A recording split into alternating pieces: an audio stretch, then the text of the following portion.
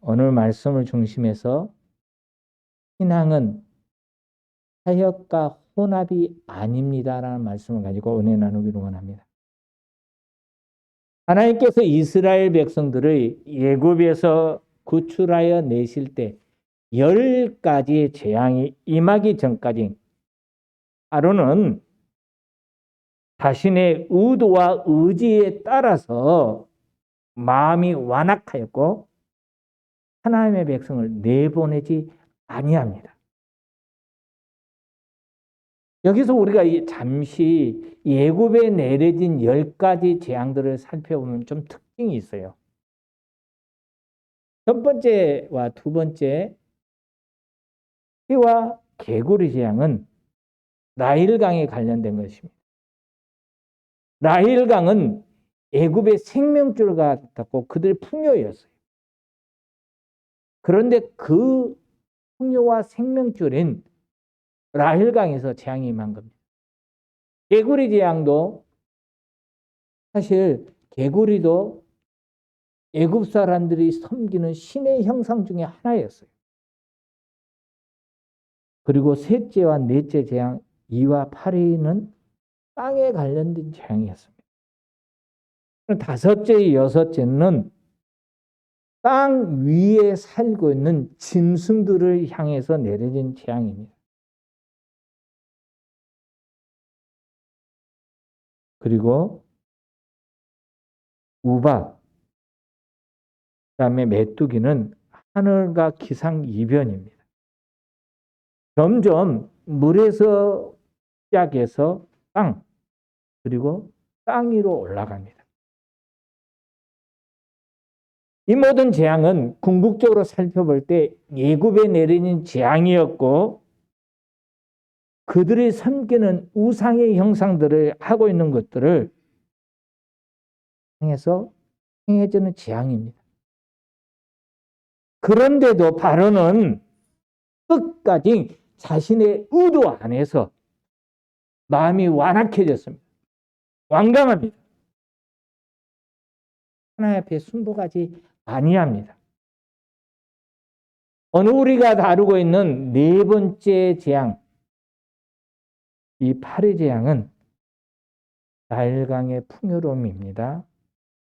그러한 곳에 파리가 들끓게 합니다. 그뿐만 아니라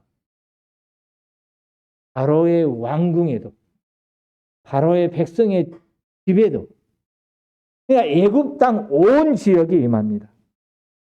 그런데 특징이 하나 있어요. 우리가 여기서 잊지 말고 간과하지 말아야 할, 꼭 기억해야 할 특징이 하나 있는데, 재앙이 가면 갈수록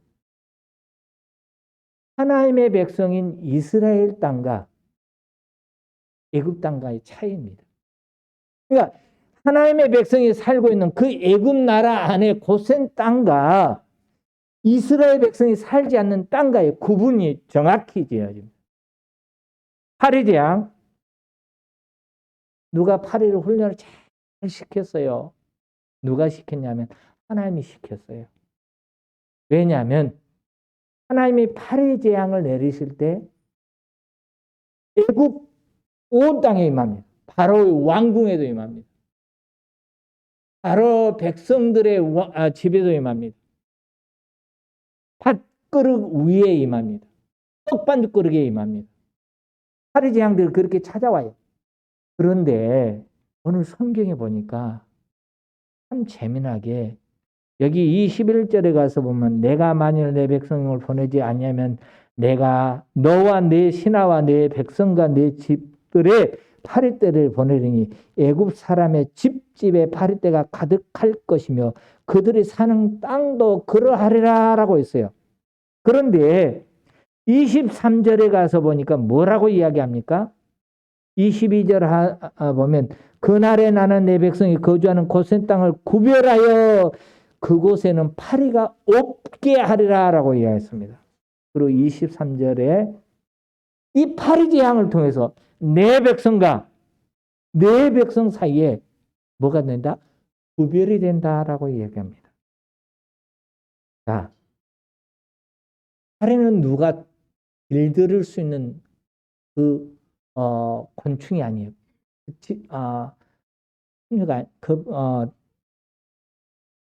파리가 아니죠. 그런데 하나님은 분명히 말씀합니다. 이 파리 재앙이 임할 때 내 백성이 사는 이스라엘 백성이 사는 곳과 애굽인들이 사는 곳을 구별시키겠다는 겁니다. 재앙이 내리지 않겠다라는 겁니다. 분명히 파리는 자연 현상 가운데서 움직이고 발생합니다. 그런데 그 자연 현상이 모든 곳에 임했다면 이스라엘 사는 곳에도 애굽인들이 사는 곳에도 모두 다 임했다면 똑같이 임했다면 애굽 사람들이 생각할 때 이 재앙은 자연 현상 가운데 하나일 거야라고 이야기합니다. 자연이 기후가 변하고 자연이 파괴돼서 나타난 현상이라고 이야기합니다. 그런데 하나님은 구분시켰어요. 명확하게.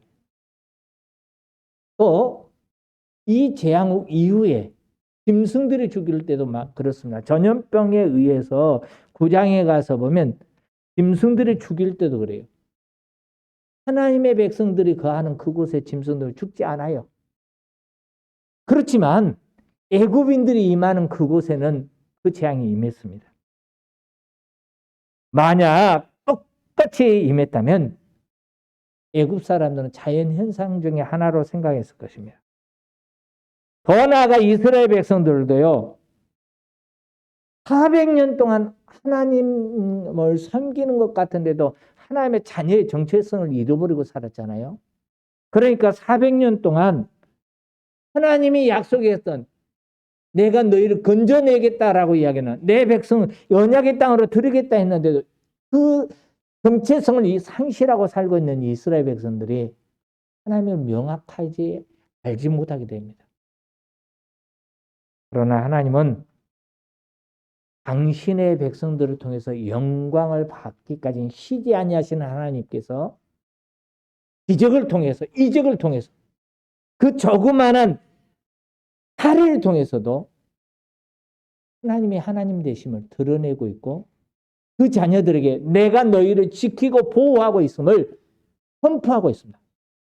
이 말씀처럼 하나님의 자녀는 하나님이 함께 하신 줄 믿으시기 바랍니다. 이런 상황에서 바로는 모세에게 타협을 제시합니다.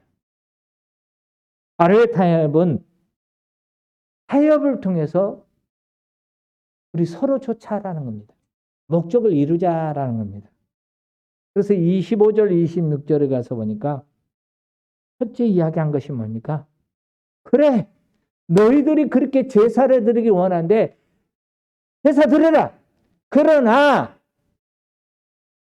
이 땅을 떠나지 말고 이 땅에서 드리라는 겁니다. 너희는 이 땅에서 너희 하나님께 제사를 드리라고 25절에 제시합니다. 그러니까 이 애굽 땅을 떠나지 말고 이곳에서 제사 드려야라는 겁니다. 하지만 이것은 성도가 따라야 할 모습이 아닙니다. 이스라엘 백성들이 받아들일 수 있는 타협안이 아닙니다. 왜냐하면 이스라엘 백성들이 애굽 땅에서 하나님께 제사 드리는 것은 애굽 사람들이 싫어하는 행위예요. 26절 중반절을 한번 볼까요? 모세가 그리함은 부당하니이다 라고 이야기하면서 여호와께 제사를 드리는 것은 애굽 사람이 싫어하는 바인즉이랬어요. 애굽 사람이 싫어한다 이 말은 직역을 하면 애굽 사람이 증오한 거다라는 겁니다. 왜냐하면 하나님 앞에 제사를 드릴 때 어떻게 드립니까? 창세기 15장과 22장을 통해서 보면 하나님께서 아브라함에게 제사를 드리게 하실 때도 보세요.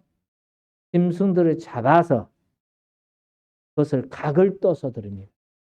창세기 22장에서 아브라함이 그 독자 이삭보다 하나님을 더 사랑한가 보고자 해서 내 아들 독자 이삭을 뭘로 드리라 했습니까? 번제라 했어요. 닭을 떠서 번제로 드리라는 겁니다. 그러므로 이스라엘 백성들이 하나님 앞에 제사 드린 것은 짐승을 희생시켜서 드린 제사예요. 그런데요, 애굽 사람들은 어떻습니까?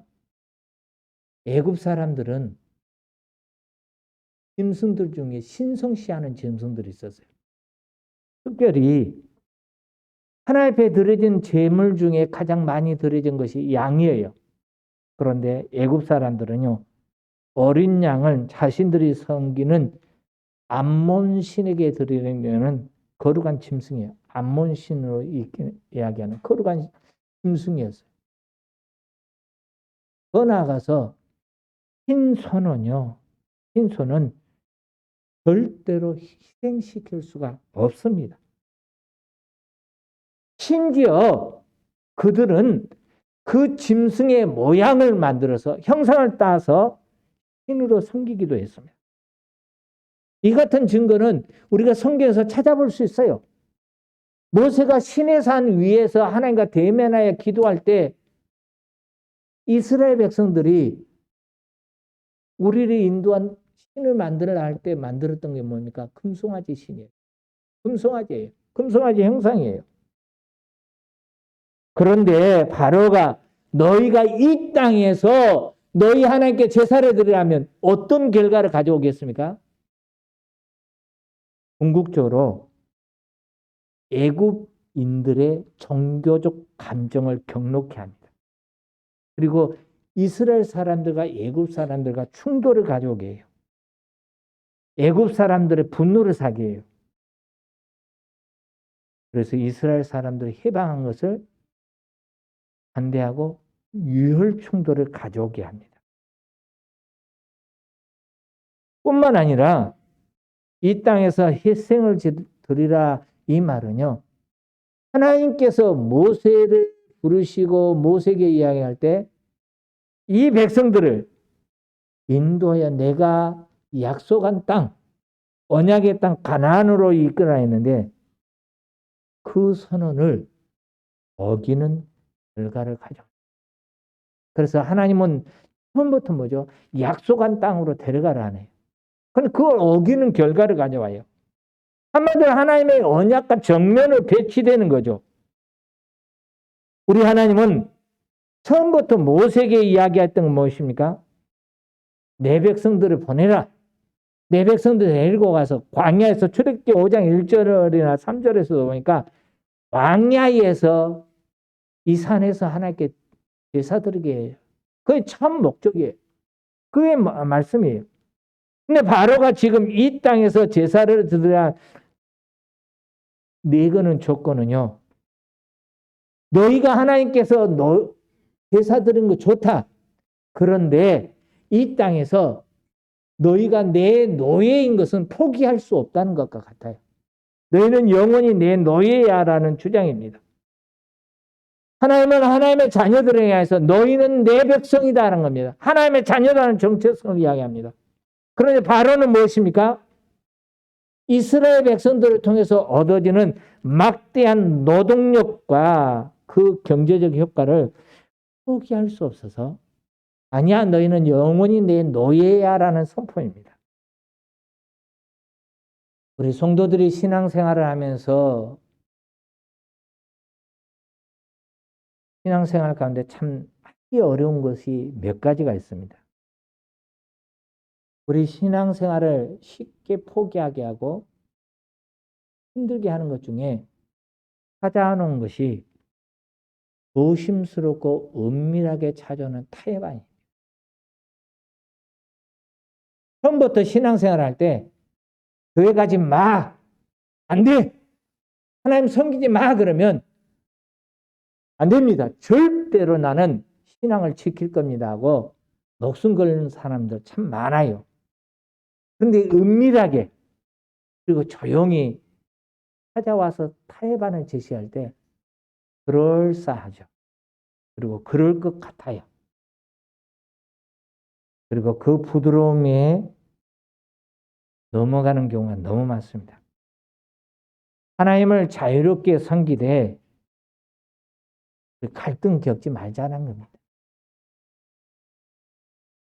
물론 우리가 살아가면서 조금씩 양보하고 타협하는 것은 생활 속에서 반드시 필요한 덕목 중에 하나입니다. 생활 속에서 우리가 고집불통이 되어서는 안 돼요. 외통수가 되어서는 결코 아니 됩니다. 분명히 신앙의 진리의 문제가 아니다면 조금씩 양보하고 절충해서 타협안을 가져야 돼요. 그렇지만 신앙생활만큼은 타협해서는 아니 됩니다. 많은 사람들, 아니 믿는 성도들 가운데에서도 타협안을 이야기할 때 그럴듯하게 받아들여요. 그 가운데 하나가 아니 어느 곳에서 예배하는 무슨 상관이냐라는 겁니다. 어느 곳에서 예배하든 무슨 상관이냐. 한마디로 이렇게 날씨가 좋고 자연이 우리를 부르는데 자연에 가서 그 속에서 예배하면 무슨 상관이 있겠느냐. 우리 그곳에 가서 예배하자라는 겁니다. 또 하나, 하나님은 중심을 보신다 했지 않느냐. 내 마음의 중심이 하나님만을 향하고 있으면 되지. 꼭 그곳에 찾아가서 예배해야 하냐라는 겁니다. 그럴듯하죠? 그럴 수 있을 것 같아요. 또 믿는 성도들 가운데서도 자녀들에게 이야기합니다. 아니, 너 그렇게 교회만 찾아가서 예배하고 기도하다 보면 교회 가서 가다 보면 좋은 대학은 어떻게 갈 수 있겠느냐? 언제 좋은 직장에 들어갈 수 있겠니? 자녀들을 다음 세대를 이루어가는 신앙의 증인으로 세워가지 못하고 그렇게 생활하다가 잊혀져서 국도 밥도 안 된다. 이렇게 해서 하나님 앞에 찾아와 예배하는 것보다 주일날 공부하는 것을 원해요. 더 선호해요. 우리 성도들 안에도 솔직히 그렇다면 하나님 앞에서 다시 한번 봐야 돼요. 해요. 아니, 엄마 나 다음에 시험 보고 더 좋을 때 나 가서 신앙생활 할게. 그럴듯하죠. 그래서 하잖아요. 이렇게 타협하다 보면 어느새 신앙의 길에서 멀어져 있다는 것은 기억하십시오. 성도는 세상의 방법과 방식으로 살아가는 것이 성도가 아닙니다. 분명히 세상 사람들은 우리보다 한 발 앞서서 저만치 달려가고 있어요. 그들을 따라잡기 위해서 우리가 그들과 똑같은 방법으로 달려가서 수고해서 이길 수 있을까요? 어렵습니다. 물론 수고도 하지 아니하고 거두려고 하는 것은 잘못된 생각이고 잘못된 심보죠. 그렇지만 성도는 늘 인식하며 잊지 말아야 할 것이 하나님의 방법입니다. 믿음의 성도가 열심히 또 힘써 행해야 할 것은 하나님을 신뢰하고 하나님의 방법을 찾아서 그 말씀대로 순종하면서 나아가는 것입니다. 그때 우리 하나님이 플러스 알파가 되어줄 줄 믿으시기 바랍니다. 여리고성을 점령하는 것은 인간의 방법이 아니었어요. 인간의 방법으로 나아갔던 아이성에서는 그들은 실패하고 돌아섰어요. 여리고성을 점령하는 방법은 하나님의 방법대로예요. 하나님이 명하신 대로예요. 성도의 신앙은, 신앙생활에는 타협이 아니라 하나님의 말씀대로입니다. 신앙생활에서 조금씩 타협하는 것은 잘못된 생각입니다. 타협과 혼합은 선민 이스라엘 백성을 영원히 죄의 종으로 만드는 사단의 악한 관계예요. 왜냐하면 하나님께서 이스라엘 백성을 경배받으실 곳은 가나안 땅이지 애굽 땅이 아니었어요. 약속의 땅이었을 뿐이에요. 그러므로 하나님의 백성이 제자리를 상징하는 애굽을 떠나지 않는 것, 그곳에서 경배한다면 자신들뿐만 아니라 하나님까지도 개인들에게 능욕당하게 합니다. 성도는 성도답게 살아야 합니다. 기억하십시다. 그리스도인은 하나님의 뜻에 따라 사는 사람이 그리스도인입니다. 만약 하나님의 뜻과 세상의 요구가 배치된다면 우리는 당연히 하나님의 뜻을 따라야 합니다. 설사 우리가 하나님의 뜻을 따라감으로 인하여 피해를 입더라도 우리는 신앙의 타협이 아니라 하나님 말씀 따라 살아야 합니다. 지금 내 앞에 보여지는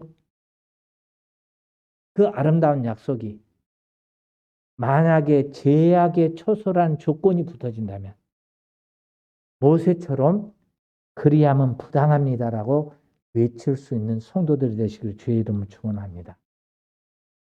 언약을 붙들고서 믿음의 성도 여러분, 우리가 살아가면서 적당이란 말이 참 좋아요. 그리고 적당히 좀 해라. 그럴싸합니다. 신앙생활에서 적당히 좀 하세요. 기도하는데도 적당히 좀 하시라니까요. 그럴 것 같죠. 현명한 그리스도인인 것 같고 현대인의 그 상식과 지식에 맞는 것 같습니다. 너무 멀리 가지 말라. 바로가 이야기하는 적당히죠. 이 겸허한 사단의 생각에 미혹되는 불쌍한 성도가 되어서는 아니 됩니다. 그들을 향해서 기다린 것은 멸망입니다. 믿음의 성도가 어떤 때는 신앙인으로, 어떤 때는 사단의 종으로 이것도 취하고 저것도 취하려고 해서는 아니 됩니다. 만약에 적당히 이것도 취하고 저것도 취하려고 하면 이스라엘 백성들을 향해서 예레미야를 통해서 이야기했던 가늠한 자라고 하는 표현이 맞습니다. 그러므로 신앙에는 적당히가 아닙니다. 성도는 분명하게 죄악의 땅에서 완전히 떠나야 합니다. 그것이 성도의 신앙입니다. 오늘 27절에 가서 보니까 우리가 사흘길쯤 광야에 들어가서 우리 하나님 여호와께 제사를 드리되 우리에게 명령하신 대로 하려 하나이다 했습니다. 예배 초소를 분명히 하라는 것입니다. 사흘길쯤입니다. 하나님께 희생 제사를 드리라고 할 때 모세는 사흘이나 광야에 들어가서 하나님께 제사를 드리라 합니다. 하나님의 부르심을 받은 이스라엘 백성들은 우상과 제약을 상징하는 제의 장소를 상징하는 애굽 땅에 머물러서 예배할 수가 없습니다. 그러므로 광야로 가야 합니다. 하나님의 백성은 애굽 땅을 분명히 떠나야 합니다. 예배자의 삶을 살아야 합니다. 지금 이스라엘 백성들은 애굽에서 400년 동안 살았어요. 그러지 않아요? 400년 동안 살았다는 것은 뭡니까? 그 문화와 그 풍속에 물이 들었다는 것과 같아요. 우리나라는 한문화가 참 많이 발달되어 있어요. 한문화라는 것이 뭡니까? 돌 위에 돌을 쌓는 문화예요. 옛날부터입니다. 그 이유, 그 가운데 하나가 뭡니까? 그것들이 거기에 공을 들였기 때문에 그 공으로 인해서 내가 복을 받는다라는 겁니다. 조그마한 산을 올라가 보십시오. 등산하면서 산을 올라가다 보면 여기저기 돌탑들 참 많이 쌓여 있어요. 한문화예요. 애굽에서 400년 동안 살았으면 어떻겠습니까? 그 문화에 젖어 있어요. 이스라엘 백성들이. 우리가 그것을 어떻게 알 수 있냐면 출애굽기 32장에서 보면 모세가 하나님의 산 시내산에 올라가서 하나님과 대면하고 율법을 받을 때 이스라엘 백성들이 뭐라 했습니까? 우리를 인도한 모세는 보이지 않고 40년 동안 내려오지 않는데 우리를 인도한 신은 우리와 함께 하지 않는다는 겁니다. 그러므로 우리를 인도한 신을 만들어 달라고 할 때 아론이 가져온 금들을 불에 넣어서 그들이 새긴 것이 무엇입니까? 송아지의 형상입니다. 그리고 모세가 아론을 질책할 때 아론이 답하는 게 뭔 줄 아십니까? 금들을 우리가 불에 더 던졌더니 금송아지로 나왔다는 겁니다. 그 말은 무슨 말입니까? 400년 동안 살았기 때문에 우리 또한 하나님을 금송아지 형상으로 살았다라는 겁니다. 당연히 그거인 줄 알았다는 겁니다. 그러니까 여기에서 하나님이 이야기한 것이 광야로 가라는 것은 무엇입니까? 지금 하나님의 백성으로 살기 위해서 버려야 할 것이 뭐냐? 떠나야 할 것이 뭐냐? 애굽의 문화입니다. 애굽의 형상입니다. 가증한 것들을 버리라는 겁니다. 그래서 에스겔 14장 6절에서 그런즉 너는 이스라엘 자손에게 이르기를 주 여호와 하나님의 말씀에 너희는 마음을 돌이켜 우상에서 떠나고 우상 숭배하는 곳에서 떠나고 가증한 것을 떠나라라는 겁니다. 하나님은 이미 오래전부터 가나안 땅을 약속했어요. 이스라엘 백성들이 살아야 할 곳, 나아가야 할 곳은 온전히 하나님을 섬길 곳이 어디입니까? 애굽 땅이 아니에요. 하나님이 명하신 그곳이에요. 믿음의 성도 여러분,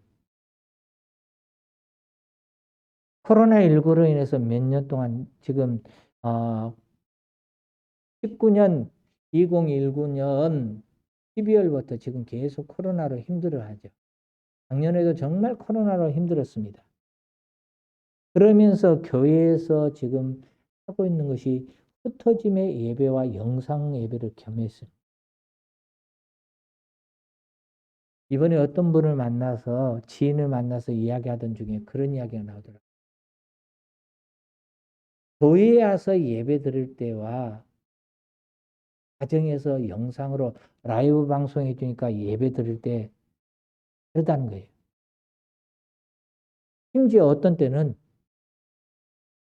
새벽기도 같은 때는 침상 위에 누워서 드린다는 거예요.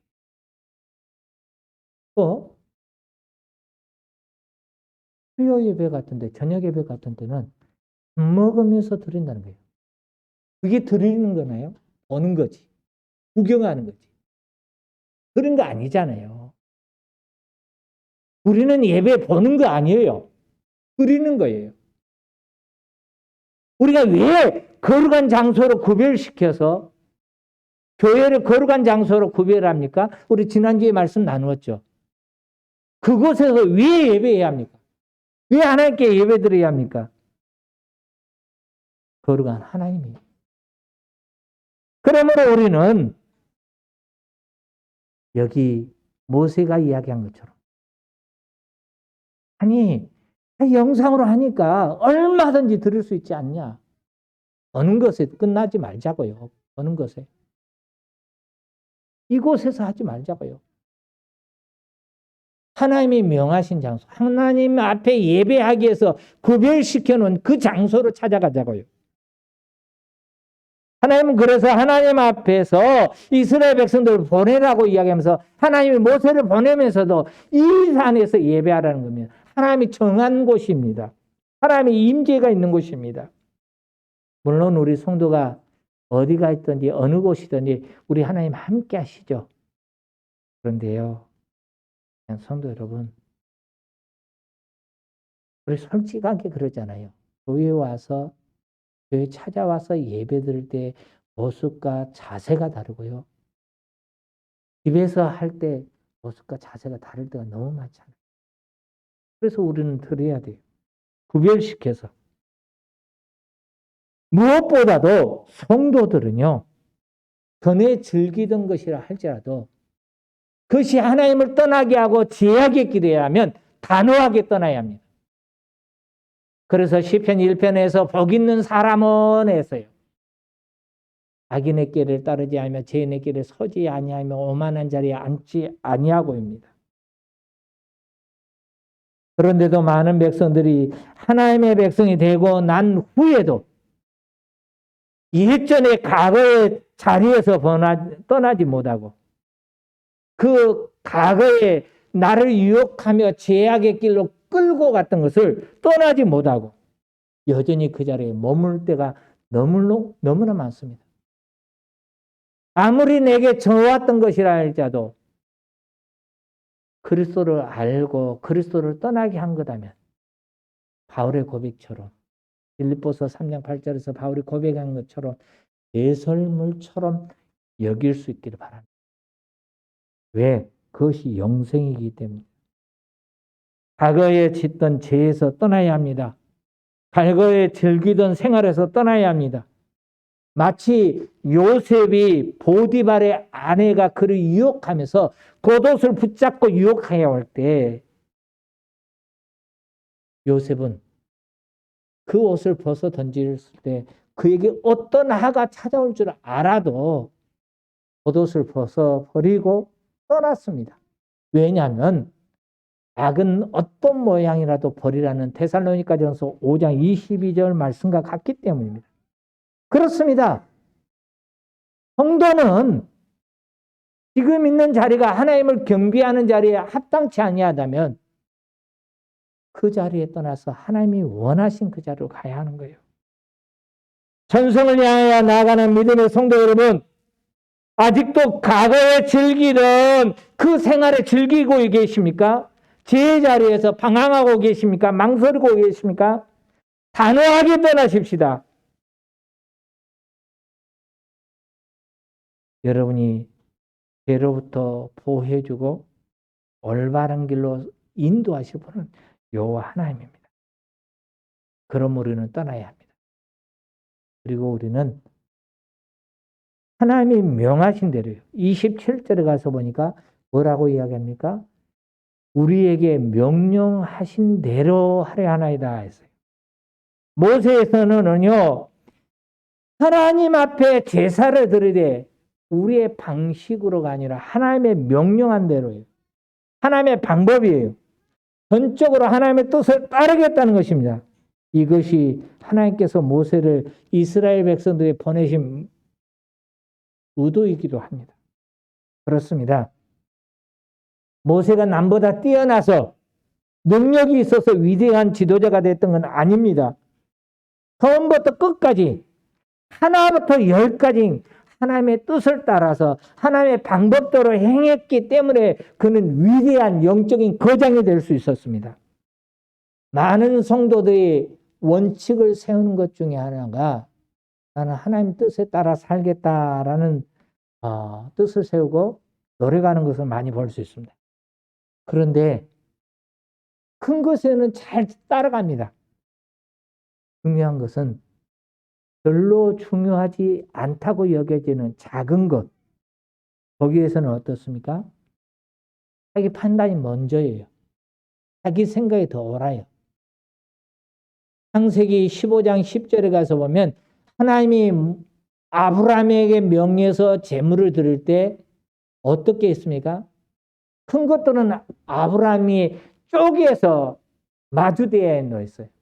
그런데 작은 새는 쪼개지 않았어요. 하나는 뭐죠? 모든 것을 쪼개서 마주대에서 놓는 거예요. 우리 성도들이 신앙생활하면서 큰 것, 중요한 것, 잘해요. 그런데 이 작은 것에서 놓칠 때가 너무 많아요. 작은 것을 소홀히 하고 행동하는 것은 잘못된 것입니다. 성도는 모든 일에 있어서 큰 원칙뿐만 아니라 진행해 가는 모든 과정 하나하나라도 전적으로 하나님의 뜻에 맞추려고 노력해야 합니다. 어떠한 일이든지 처음부터 끝까지 하나님의 뜻을 추구하는 것이 바른 것입니다. 그러므로 성도는 모든 일을 시작할 때 그 일을 끝낼 때도 작은 일이라도 잠시라도 멈추지 말고 항상 기도하며 하나님의 뜻이 무엇인지 깨닫게 해달라고 기도해야 합니다. 하나님의 말씀을 묵상해야 합니다. 혹이라도 내가 지금 하고 있는 것이 하나님의 방법에서 벗어나 있지 않나, 하나님의 뜻을 어긋나지 않는가, 늘 살펴야 합니다. 그리고 우리 성도의 생활은 내 방식, 내 방법이 아니라 하나님이 명하신 대로 행할 수 있기를 주의 이름으로 축원합니다. 그래서 내 방식으로 이렇게 하면 더 신앙생활 잘할 거야. 그건 내 방법이에요. 마치 사울이 하나님이 아말렉을 진멸할 때 모두 다 쓸어버려야 했어요. 그런데 좋은 소리를 가지고 와서 했던 것이 뭡니까? 이것 하나님 앞에 제사 드리기 위해서 내가 생각에는 이게 더 나을 것 같아서요 라고 해요. 그건 죄예요. 그건 잘못이에요. 성도는 하나님 말씀대로. 또 두 번째, 바로가 모세에게 제안한 두 번째 요소가 뭡니까? 28절이에요. 28절에 가서 보니까 뭐라고 이야기합니까? 바로가 이르되 내가 너희를 보내리라. 너희가 너희 하나님 여호와께 광야에서 제사를 드릴 것이나 너무 멀리 가지는 말라라는 겁니다. 너무 멀리 가지는 말라. 첫 번째 조건이 거부되자 바로는 두 번째 협상안으로 뭡니까? 너무 멀리 가지 말라라는 겁니다. 보내겠다는 겁니다. 그러지나 너무 멀리 가지 말라라는 겁니다. 합리적이죠. 좋은 제안이죠. 그런데요, 여기에서는 바로의 숨겨진 관계가 있습니다. 너희가 광야로 나가봤자 너희를 다시 데려와서 내 노예로 삼을 거야 라는 겁니다. 하나님의 자녀는 하나님의 자녀답게 살아야죠. 하나님의 자녀의 가치관을 가지고 살아야 합니다. 우리가 이 바로가 너무 멀리 가지 말라, 노예로 삼기를 원했던 그 모습은 찾아볼 수 있어요. 출애굽기 14장 8절 9절에 가서 보니까 이스라엘 백성들이 10번째 재앙 후에 출애굽했을 때 그들이 어떻게 했습니까? 바로가 마음이 완악해졌어요. 자기 의지적으로, 자기 뜻으로. 그리고 나서 9절에 가서 보니까 군대를 이끌고 애굽에서 나와서 이스라엘 백성들을 뒤쫓은 겁니다. 왜? 잡아가기 위해서. 군대를 이끌고 왔다는 것은 잡아가기 위해서입니다. 그렇습니다. 바로는 어떠한 순간에도 자신의 탐욕을 버리지 않았어요. 연속적으로 재앙으로 인해서 극심한 고난을 겪으면서도 탐욕을 버리지 않았어요. 계속적으로 이스라엘 백성들을 노예로 삼고자 하는 탐욕을 내려놓지 않았습니다. 마치 수렁에 빠져들면 빠져들수록 호적거리고 있는 거예요. 그러면 어떠죠? 더 깊은 수렁에 빠져들죠. 이처럼 사람은 탐욕으로 인하여 눈도 멀고 귀도 멀어집니다. 결국은 스스로 멸망의 길에 들어갑니다. 탐욕의 눈이 어두워지면 하나님도 보이지 않아요. 하나님 말씀도 들리지 않아요. 오직 그에게 많은 것을 차지하려는 끝없는 욕망만 주어질 뿐입니다. 그런데요, 탐심은요, 욕심은요, 죄를 낳아요. 죄는 결국 사망입니다. 믿음의 성도 여러분, 기억해 보십시오. 예수님의 제자였던 가룟 유다가 왜 멸망했나요? 그는 탐욕 때문에 예수님을 팔았던 사람이에요. 그는 처음에는 헌금계, 연복계를 맡은 귀한 청직이었어요. 그런데 돈을 맡아서 관리하다 보니까 뭐가 생겼죠? 욕심이 생긴 거예요. 이거 내 것 같잖아요. 하나님의 것인데. 그래서 욕심이 생긴 거예요. 그로 말미암아 끝없이 수고하라고 했고 결국은 자기의 스승 예수를 은 30에 팔아버린 겁니다. 사람들의 마음속에는요, 탐욕이요, 채우면 채울수록 더 채우고 싶어요. 그래서 이사야 56장 11절에 가서 보니까 이 개들은 탐욕이 심한 적 족한 줄을 알지 못하는 자들이요. 탐욕은 끝없어요. 족한 줄은 몰라요. 결국 자기 이익만을 추구한 사람들입니다. 이스라엘 백성들이 애굽에서 떠나야 했던 이유, 하나님만이 제사를 받으시는 왕이기 때문입니다. 이스라엘 백성들이 바로의 노예가 아니라 하나님의 백성이기 때문입니다. 하나님의 다스리는 이스라엘 어느 그리스도 안에 살고 있는 성도인 저와 여러분입니다. 저와 여러분이